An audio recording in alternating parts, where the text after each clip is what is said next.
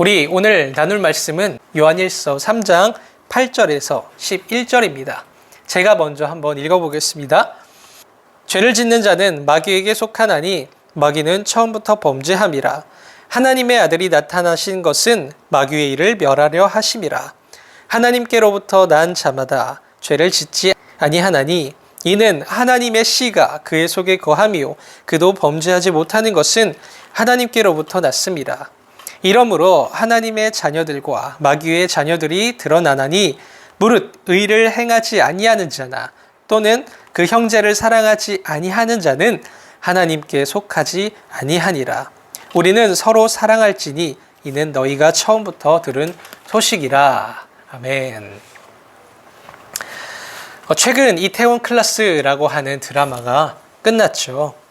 사람들이 너무나도 재밌다고 해가지고요. 저도 한번 봤어요. 처음엔 웹툰으로 보다가 다음화가 너무 보고 싶은 거예요. 그래서 넷플릭스로 드라마를 찾아봤습니다. 그런데 너무 재밌었어요. 그래서 이틀 동안 밤새도록 다 봤습니다. 16편을 이틀 만에 다 봤어요. 저 대단하죠. 그 정도로 재밌었습니다. 아마 여러분들도 본 친구들이 있고 안 본 친구들이 있을 수도 있을 것 같아요. 내용은 이렇습니다. 아버지와 함께 지방에 내려간 이 박세로이는 괴롭힘을 당하는 친구를 도와주다가 복잡한 상황에 처하게 됩니다. 하필이면 그 괴롭히던 친구가 장근원이라고 하는데 그 친구가 장가라고 하는 대한민국 최고의 요식업계 기업의 회장 아들이었던 거예요. 그 친구 때문에 결국 학교도 잘리고 장근원이 일으킨 사고로 자기 아버지까지 잃게 됩니다. 박세로이가 그냥 자기가 잘못했다라고 인정을 하면 끝날 일이었는데 박세로이는 소신 있게 살아라 라고 하는 이 아버지의 말씀을 따라서 자기를 굽히지 않았던 거예요. 그리고 아버지를 기억하면서 아버지에게 자랑스러운 아들이 되기 위해 또한 복수하기 위해 꿈을 품습니다. 자기의 가게를 차려서 대한민국 최고가 되게 하고 그렇게 장가를 몰락시키고자 하는 그 꿈을 품었습니다. 바로 박세로이의 신념은 분명했어요. 장사는 사람이다 라고 하는 신념이었습니다.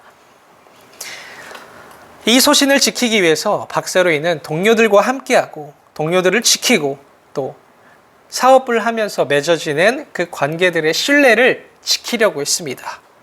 정직하게 실력으로 장가를 무너뜨리려고 했던 것이죠. 그래야 아버지도 자기를 자랑스럽게 여길 거라고 생각을 했습니다. 한편 박세로이 아버지를 죽인 장근원은 장 회장이 손을 쓴 덕분에 감옥에 가지 않았습니다.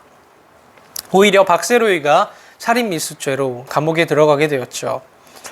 사실 장 회장은 자기 아들 장근원에게 기업을 물려주려고 했습니다. 그래서 그 아들에게 자기의 가치관과 방법과 태도를 그대로 전수해 주려고 했던 것이죠.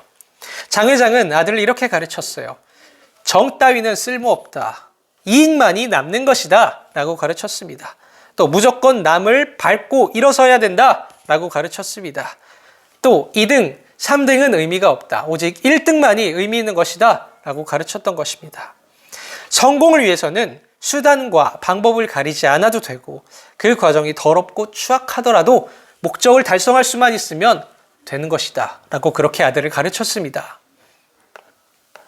이 이야기를 보면서 아버지가 누구냐에 따라서 다른 가치관, 다른 삶, 다른 소신을 지키고 살아간다는 것을 볼 수 있었습니다. 장근원은 자기 아버지에게 자랑스러운 자식이 되기 위해서 악역을 맡았던 거예요. 또 박세로이도 자기 아버지에게 자랑스러운 자녀가 되기 위해 소신 있는 삶을 살았던 것입니다. 자, 그렇다면 하나님의 자녀된 우리는 어떻게 살아야 될까요? 이와 같은 것을 오늘 말씀 요한일서 3장을 통해서 우리가 살펴보려고 합니다. 자, 먼저 오늘 말씀은 요한일서 3장은 하나님이 우리를 자녀로 부르셨다라는 것을 먼저 말하고 있어요. 1절에서 이렇게 말합니다. 보라, 아버지께서 어떠한 사랑을 우리에게 베푸사 하나님의 자녀라 일컬음을 받게 하셨는가. 우리가 그러하도다. 그러므로 세상이 우리를 알지 못함은 그를 알지 못함이라. 아멘. 그렇습니다. 우리 사람은, 인간은 우리를 지으신 하나님을 배신하고 떠났습니다. 우리 모두가 그렇게 죄의 종로를 타는 신세가 되었어요. 바로 이런 우리를 하나님을 떠나고 배신하고 하나님의 형상이 일그러지고 죄의 종이 되어버린 바로 이런 우리를 자녀 삼으시기 위해서 하나님께서 그 아들 예수 그리스도를 이 세상에 보내셨습니다. 예수님께서 스스로 죽으셨고 또한 그 죄값을 치르셨고 하나님의 율법을 다 이루셨습니다. 그래서 우리가 그분을 믿을 때 피조물에 불과한 우리가, 죄인에 불과한 우리가 하나님의 자녀가 될 수 있는 거예요. 우리로서는 할 수 없는 일들을 하나님이 직접 사람이 되셔서 그 아들 예수 그리스도로 말미암아 이루셨기 때문입니다. 우리를 얻으시려고 죽음의 값을 치르시고 또한 우리에게 은혜를 덧입혀 주시기 위해 그 의를 우리에게 덧입혀 주셨습니다. 이로써 우리가 예수님 안에서 하나님의 자녀라고 부름을 받을 수 있게 된 것입니다. 자, 두 번째로 하나님의 자녀는 증거를 보여야 합니다. 이태원 클래스에 보면 그런 장면이 나와요. 박세로이가 장회장을 끌어내리기 위해서 강민정 이사와 대화를 하는 장면이 나옵니다.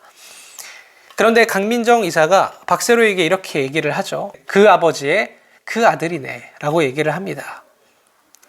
이처럼 하나님의 자녀들은 하나님의 자녀라고 하는 증거를 보일 수 있어야 한다는 것입니다. 그 아버지의 그 자식이네 라고 하는 말을 들을 수 있어야 된다는 거예요. 그 하나님의 그 백성이네 라고 하는 그 말을 들을 수 있어야 된다는 것입니다. 그 증거가 무엇일까요?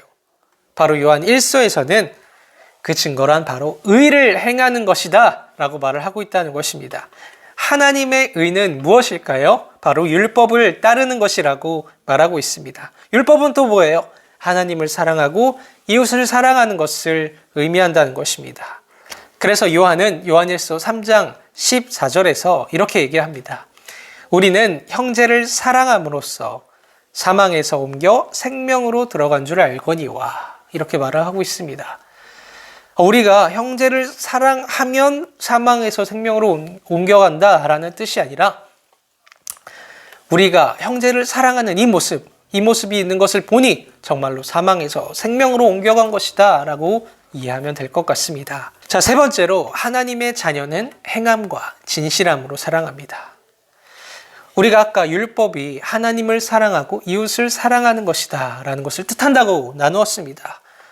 그런데 사랑의 방법은 되게 다양하잖아요. 감정일 수도 있고 느낌일 수도 있고 이 세상에 너무나도 다양한 사랑이 존재하는데 어떻게 사랑해야 될까 하는 것을 질문할 수 있을 것 같습니다. 바로 그 답을 요한일서 3장 16절에서 이렇게 얘기를 합니다. 그가 우리를 위하여 목숨을 버리셨으니 우리가 이로써 사랑을 알고 우리도 형제들을 위하여 목숨을 버리는 것이 마땅하니라. 아멘. 다시 말해서 하나님의 자녀는 예수님이 보여주신 그 사랑으로 하나님을 사랑하고 이웃을 사랑해야 된다는 것입니다. 어떤 상황과 어려움에도 불구하고 하나님의 뜻을 이룬 예수님처럼 또한 죄인된 우리를 구원하시기 위해 자기를 기꺼이 포기하신 그 예수님의 그 희생적인 사랑으로 우리가 하나님을 사랑하고 나의 형제, 이웃을 사랑해야 된다는 것입니다. 그래서 교회에서는 서로를 축복할 때 이렇게 말을 하죠. 우리 이 시간 서로에게 인사합시다. 사랑합니다. 인사합시다. 이렇게 하잖아요. 그런데 요한은요, 이렇게 말만 하는 것이 사랑하는 게 아니라고 말합니다.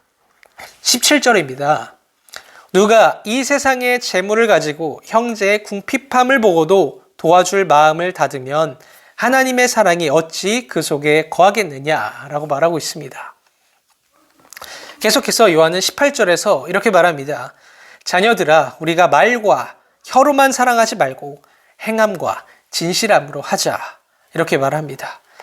다시 말해서 예수님의 사랑을 알았다면 내 주변의 어려운 이웃들, 또한 힘들어하는 친구들, 고통 속에 있는 사람들을 도와주고 함께함으로써 사랑해야 된다는 것입니다. 이것이 바로 예수님을 알고 믿는 사람들의 최근에 코로나 바이러스 시기 때문에 이 세상에 도움이 되기 위해서 스님들이 헌혈을 한다라고 하는 뉴스를 봤어요.